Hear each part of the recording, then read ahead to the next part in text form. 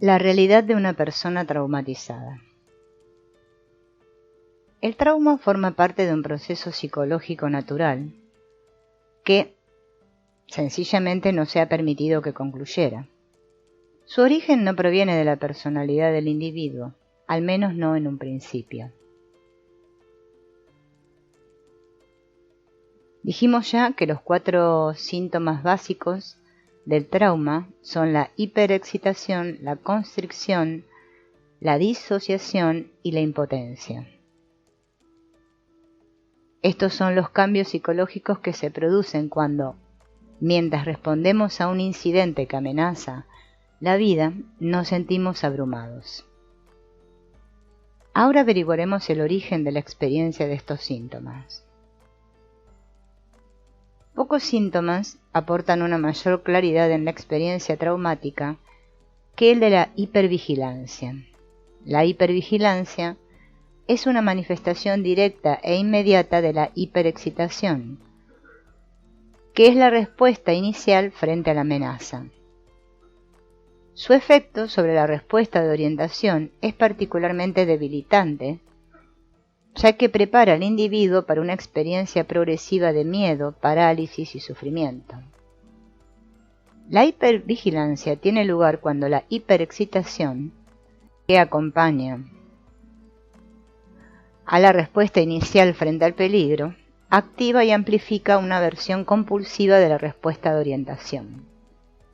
Esta respuesta de orientación distorsionada es tan apremiante que el individuo se siente absolutamente impelido a identificar la fuente de la amenaza, aunque sea más una respuesta frente a una excitación interna que frente a algo percibido en el entorno externo. Cuando la excitación continúa, porque la descarga resulta demasiado amenazadora, nos hallamos en una situación en la que resulta imposible ganar. Nos sentimos impulsados a descubrir la fuente de la amenaza, pero la compulsión se genera internamente y aunque identifiquemos la fuente de la amenaza externa, la actitud hipervigilante y compulsiva continuará porque la excitación interna todavía está presente. Intentaremos descubrir con persistencia la fuente de la amenaza. ¿Dónde está? E identificarla. ¿Qué es? Porque eso es lo que la respuesta de orientación primitiva está programada para hacer cuando se produce una excitación en el sistema nervioso. La dificultad estriba en que frecuentemente no hay ninguna amenaza por descubrir. La hipervigilancia se convierte en uno de los medios a través de los cuales manejamos el exceso de energía que resulta de la defensa fallida contra una amenaza original. Utilizamos la hipervigilancia para canalizar una parte de esa energía y llevarla hacia los músculos de la cabeza, del cuello y de los ojos en una búsqueda obsesiva del peligro. Cuando se combina con la excitación interna que todavía está presente, nuestro cerebro racional puede volverse irracional. Empieza a buscar y a identificar fuentes externas de peligro. Esta práctica, mal adaptada, canaliza buena parte de la energía y la conduce hacia una actividad específica que se hará más y más repetitiva y compulsiva. En el estado de hipervigilancia, todo cambio, incluidos los de nuestro estado interno, es percibido como una amenaza. Lo que podría parecer una paranoia infundada podría muy bien ser nuestra interpretación de la excitación sexual o incluso el efecto de la cafeína en un refresco. A medida que gradualmente la respuesta de congelación se afianza más y más, la tendencia hacia la hipervigilancia y la defensa se hace más fuerte. Las personas hipervigilantes están adaptadas a un estado constante de alerta intensa y hasta es posible que debido a esta vigilancia permanente desarrollen una ligera apariencia vigilante, furtiva o temerosa. Se produce una tendencia creciente a ver el peligro donde no existe y una capacidad mermada para experimentar la curiosidad, el placer y la alegría de vivir. Todo esto ocurre sencillamente porque en el centro de nuestro ser no nos sentimos seguros. En consecuencia, continuaremos sintiéndonos ansiosos y dispuestos a iniciar una respuesta defensiva pero incapaces de ejecutarla coherentemente. Buscamos de un modo compulsivo la amenaza que no puede encontrarse, incluso cuando tenemos delante una amenaza real. El sistema nervioso puede activarse hasta tal punto que después le resulta imposible desactivarse con facilidad. Como resultado, los ritmos fisiológicos y de comportamiento, por ejemplo el sueño, quizás se vean alterados. Seremos incapaces de serenarnos o relajarnos, incluso en los momentos en los que nos sintamos lo suficientemente seguros para hacerlo. La señora Thayer, un personaje de Wind Child Factor, el factor desapacible del viento, un relato corto de Fisher, aporta un vívido y detallado ejemplo del modo de operar de la hipervigilancia. La señora Thayer es una doctora que durante un fuerte temporal de invierno se encuentra sola en la casa de veraneo que unos amigos tienen a orillas del océano. Se siente cómoda, caliente y en apariencia no se preocupa por las posibles consecuencias de la tormenta hasta que la vence el sueño. Antes del amanecer despierta violentamente al mundo consciente con tanta crueldad como si la estuvieran arrastrando por su larga cabellera. Siente que el corazón le late en el cuello, su cuerpo está caliente, pero tiene las manos frías y húmedas. Se encuentra en un estado de terror puro. No tiene nada que ver, razona, con un miedo físico. No tenía miedo de estar sola o de estar en las dunas durante la tormenta. No tenía miedo de un ataque físico, de una violación y todas esas cosas. Sentía simplemente pánico. La señora Thayer lucha contra el impulso abrumador de la huida cuando se dice a sí misma: es aquí, en la casa, donde sobreviviré, porque de otro modo si salgo corriendo y bramando a través de las dunas, moriré enseguida bajo las olas y el viento. Resulta obvio que el pánico de la señora Thayer tiene un origen interno.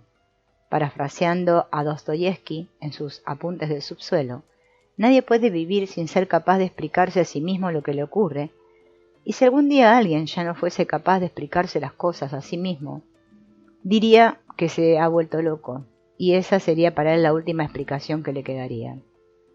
Este sentimiento de Dostoyevsky ha recibido el eco de Paul Zimbardo, un psicólogo de nuestros días, quien escribe: la mayoría de las enfermedades mentales no representan un deterioro cognitivo, sino una interpretación, la tentativa de una interpretación, de una serie de estados internos discontinuos o inexplicables. La mayor parte de la gente considera que las experiencias inexplicables deben ser explicadas. La necesidad de la señora Thayer de descubrir la fuente de su pánico constituye una respuesta biológica normal frente a una excitación interna intensa. En efecto, el propósito de la respuesta de orientación es identificar aquello que resulta desconocido para nuestra experiencia. Esto adquiere una significación especial en el caso de que lo desconocido sea un peligro. Cuando somos incapaces de identificar correctamente lo que nos amenaza, las víctimas del trauma nos prepararemos de un modo inconsciente nuestra propia trampa. Como bien señalan Dostoyevsky y Zimbardo, los seres humanos tienen una gran dificultad en aceptar que, sencillamente, resulta imposible explicar algunos aspectos de la experiencia. Una vez apelamos a la respuesta de orientación primitiva, sentimos el impulso de buscar una explicación. Cuando no la encontramos, no solemos, por lo general, utilizar nuestra poderosa capacidad cognitiva para reconocer lo que ocurre. Aun en el caso de que seamos capaces de pensar con claridad, nuestro poder cognitivo no puede anular completamente la necesidad primitiva de identificar la fuente de nuestra angustia. Si, por el contrario, el cuerpo y la mente consiguen localizar el origen del peligro, la necesidad primitiva de identificar la fuente de peligro se ve satisfecha. Entonces, una respuesta defensiva natural y exitosa surgirá a fin de completar la experiencia. Para muchos de nosotros, este constituye un paso de gigante hacia la curación del trauma.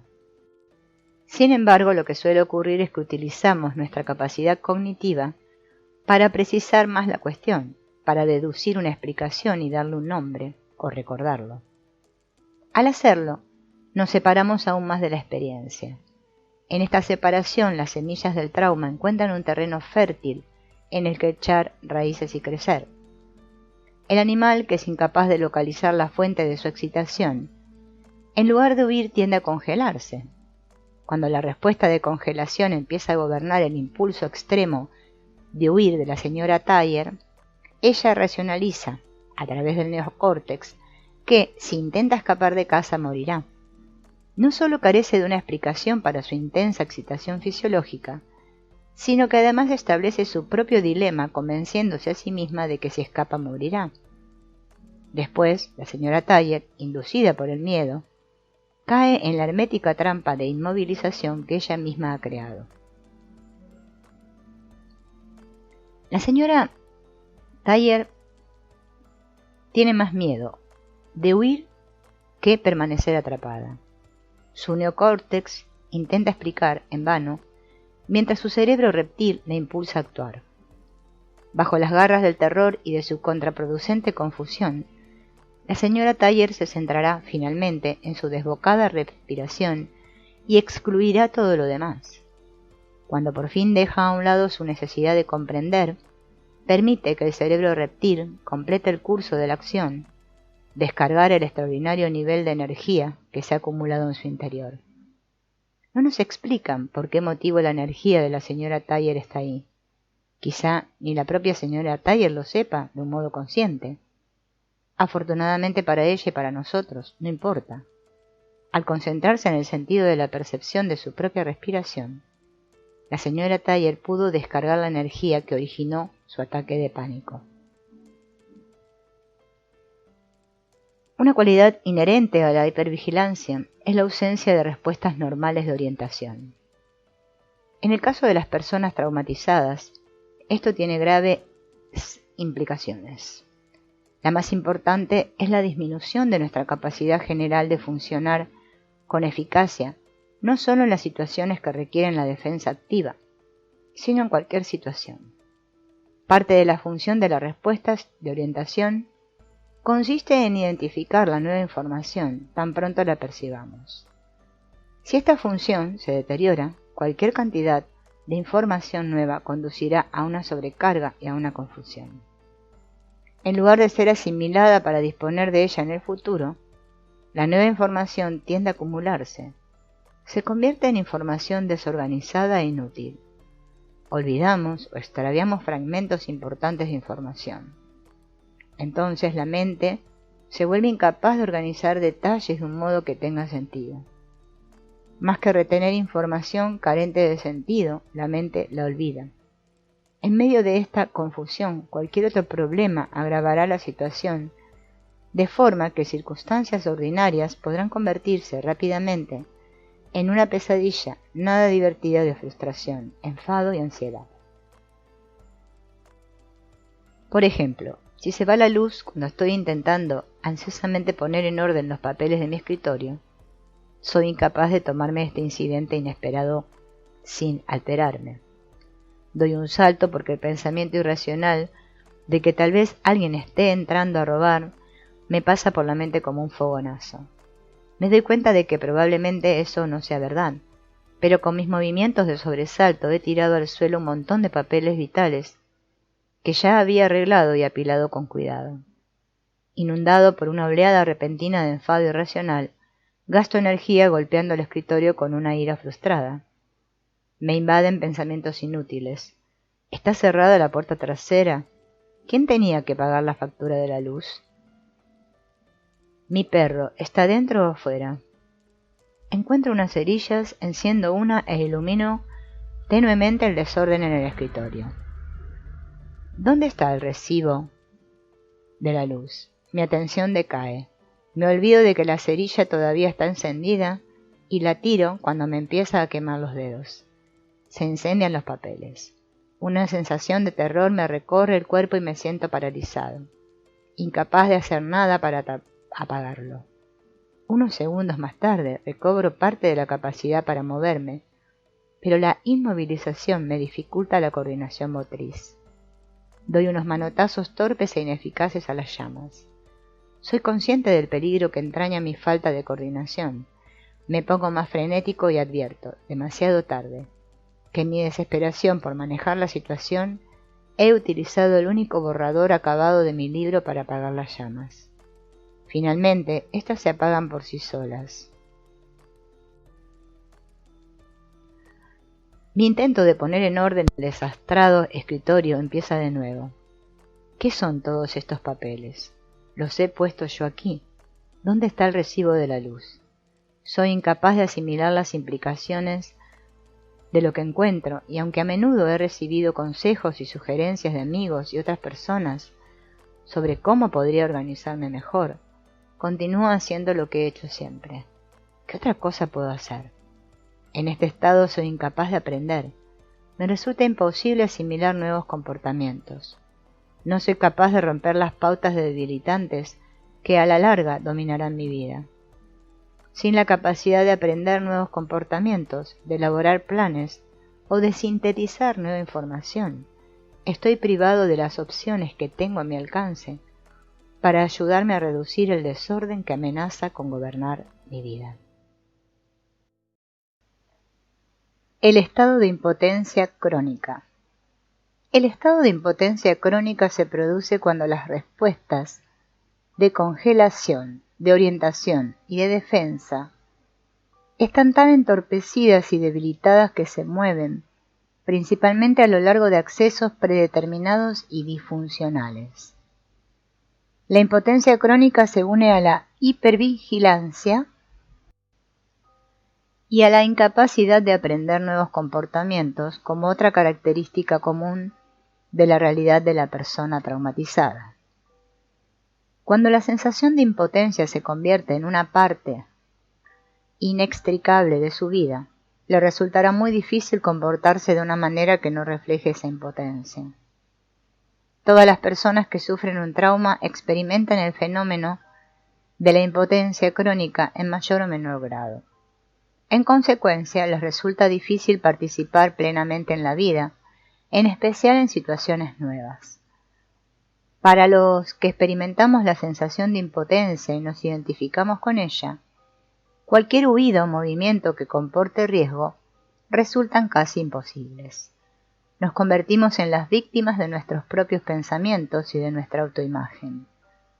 Cuando nuestra fisiología responde con excitación frente a un suceso o un estímulo, no nos guiamos por la respuesta de orientación y de defensa como lo haría un ser humano sano.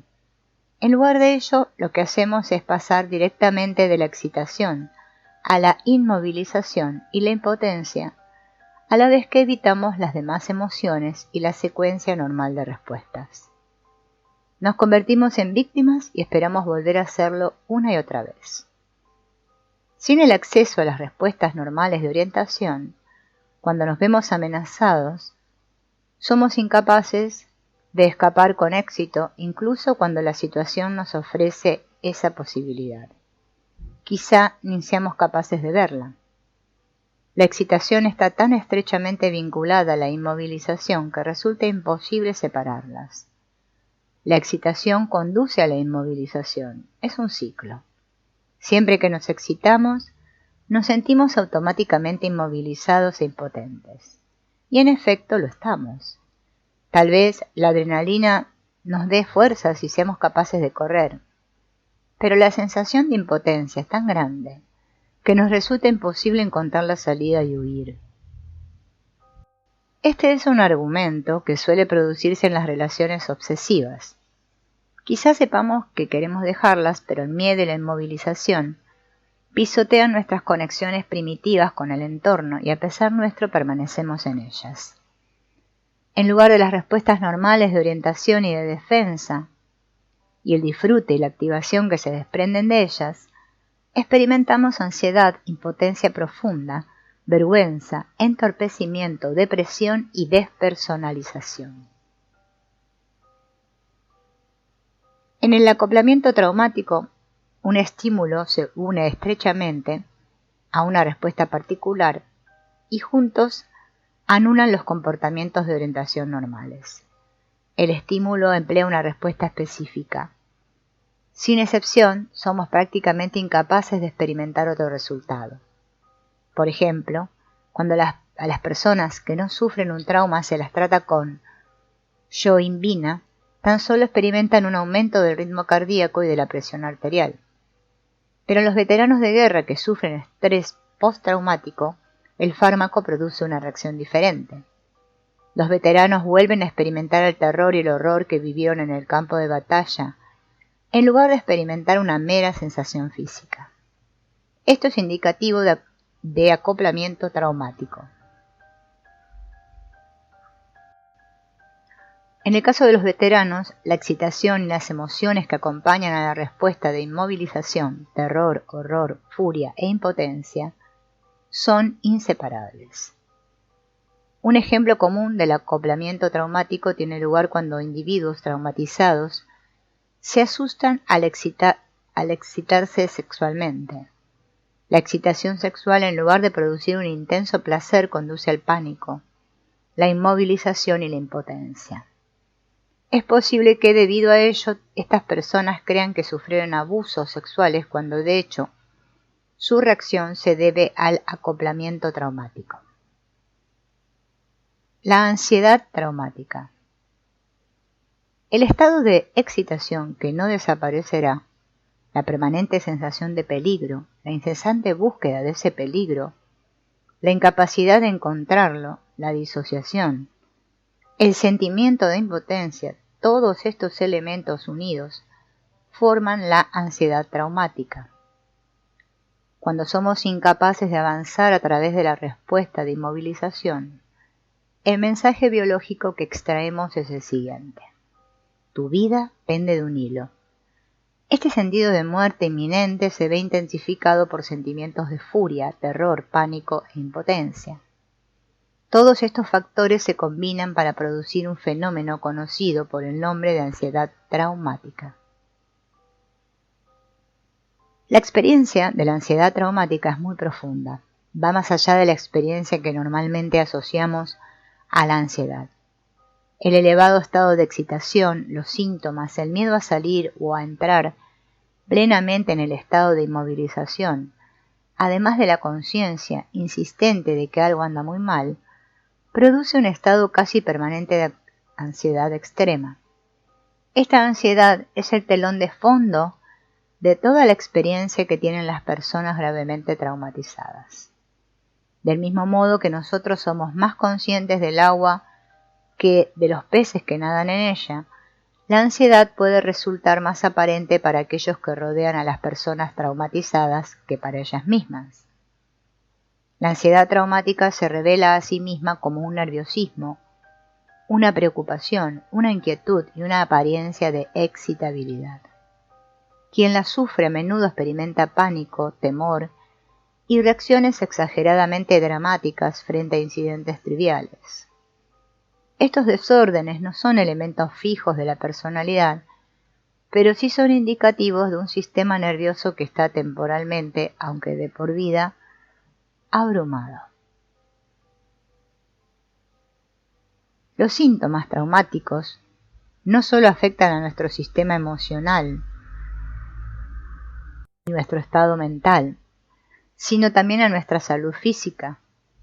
Cuando no es posible encontrar otra causa para nuestro malestar físico, hay que pensar en el estrés y el trauma. El trauma puede hacer que una persona quede ciega, muda o sorda. Puede causar parálisis en las piernas, brazos o en ambos. Puede producir dolor crónico en el cuello y la espalda, síndrome de fatiga crónica, bronquitis, asma, problemas gastrointestinales, tensión premenstrual aguda, migrañas y una multitud de los denominados desórdenes psicosomáticos. Cualquier sistema físico capaz de constreñir la excitación no descargada, originada por el trauma, resulta legítimo. La energía atrapada utilizará cualquier aspecto de nuestra fisiología al que tenga acceso. La negación. Muchas personas que sufren un trauma viven en un estado de resignación frente a sus síntomas y ni siquiera intentarán regresar a una vida más normal y más sana. La negación y la amnesia juegan un papel importante en el refuerzo de este estado de resignación.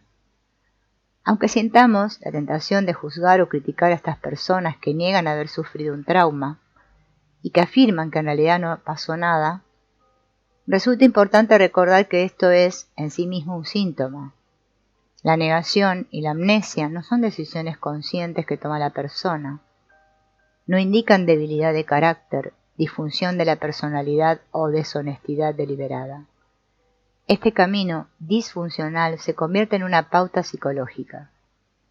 Cuando el incidente traumático tiene lugar, la negación ayuda a preservar la capacidad de funcionar y de sobrevivir.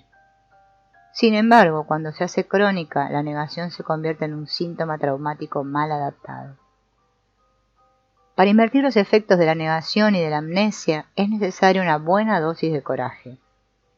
La cantidad de energía que se libera cuando esto ocurre puede resultar tremenda y no debería ser minimizada o menospreciada. Para la persona traumatizada es un momento verdaderamente importante. Sin conciencia no tenemos elección.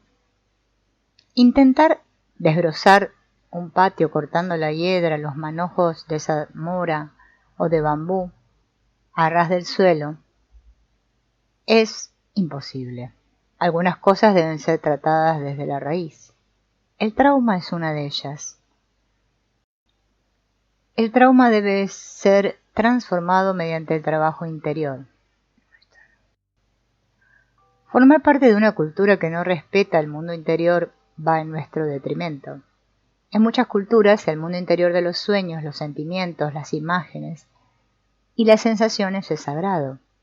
Sin embargo, la mayoría de nosotros solo somos conscientes de su existencia de un modo periférico. Tenemos poca o ninguna experiencia en encontrar nuestro camino en este paisaje interior. En consecuencia, cuando nuestra experiencia lo exige, no estamos preparados. Sin embargo, con paciencia y atención es posible desmantelar los modelos que dirigen las representaciones traumáticas a fin de que podamos acceder de nuevo a una serie infinita y emocionante de matices y a las respuestas de comportamiento que somos capaces de ejecutar. Una vez comprendemos cómo empieza y se desarrolla el trauma, debemos aprender a conocernos a nosotros mismos a través del sentido de la percepción. Toda la información que necesitamos para empezar a renegociar el trauma está a nuestra disposición. Nuestro cuerpo, instintos, nos dirá dónde están los bloqueos y cuando nos movemos con demasiada rapidez. Nuestro intelecto puede decirnos cómo regular la experiencia para que no nos resulte abrumadora.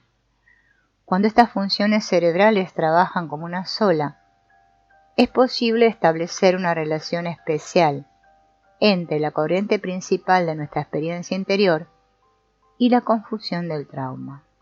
Si avanzamos con lentitud y permitimos que la experiencia se despliegue a cada paso, seremos capaces de digerir los aspectos no asimilados de la experiencia traumática a un ritmo que podremos tolerar.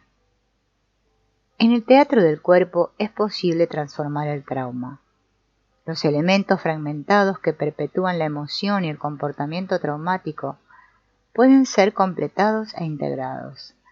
Pueden recuperar de nuevo su entereza. Junto a esta integridad conseguimos una sensación de habilidad y de resolución. La transformación es el proceso de cambiar algo en relación a su polo opuesto. En la transformación entre un estado traumático y un estado sereno, se generan cambios en nuestro sistema nervioso, en nuestros sentimientos y en las percepciones que experimentamos a través del sentido de la percepción. El sistema nervioso se balancea entre la inmovilización y la fluidez. Las emociones fluctúan entre el miedo y el valor, y las percepciones cambian entre la limitación y la receptividad. A través de la transformación, el sistema nervioso recupera su capacidad de autorregulación. Nuestras emociones empiezan a animarnos en lugar de abatirnos.